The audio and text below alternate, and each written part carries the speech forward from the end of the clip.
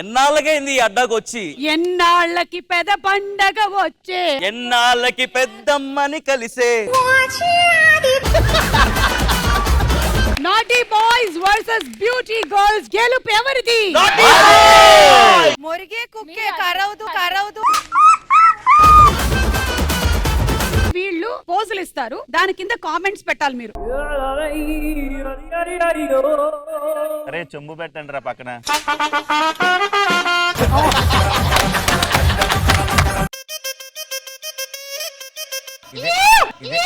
बादाम बादाम में दादा का चाह बादाम.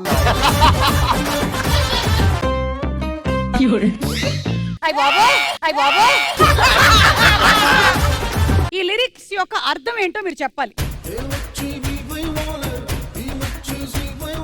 ఏ వచ్చి బి పైన, అశ్వ వచ్చి బస్వ చైతన్య మీద వాలే. ఒరే దాని తర్వాత చెప్పరా నాయన. ఆ తర్వాత మొత్తం ఒకటే గుడుగుడు గుడుగుడు గుడుగుడు.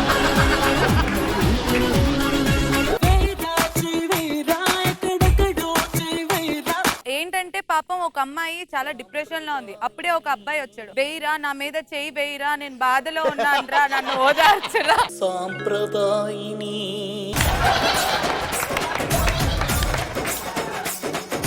నమస్కారం, కొంపలో కుంపటి కార్యక్రమానికి స్వాగతం సుస్వాగతం. చెప్పమ్మా నీ సమస్య.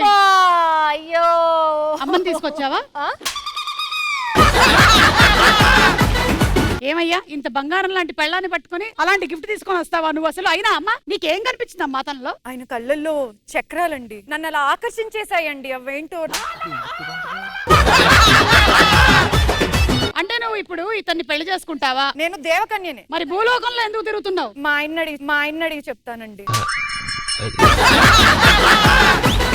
నాకేం అర్థం కావట్లేదు అసలు. నాకు ఈయన వద్దు, ఆయన కావాలి. నాకు ఆయన వద్దు, ఈయన కావాలి. నాకు ఇదే కావాలి, ఇదే కావాలి. నాకు క్వశ్చన్స్ ఉన్నాయి. రితు, నేను అసలు ఉండలేను. ఎక్స్పోజింగ్ చేసి ఇన్స్టాగ్రామ్ లో ఫేమస్ అయ్యా అని చెప్పి ఆడియన్స్ ఒపీనియన్. చైతు ఒక యాంకర్ తో రిలేషన్ లో ఉన్నావని, అది బ్రేకప్ అయ్యిందని. My wish my life, I'll do whatever I want to.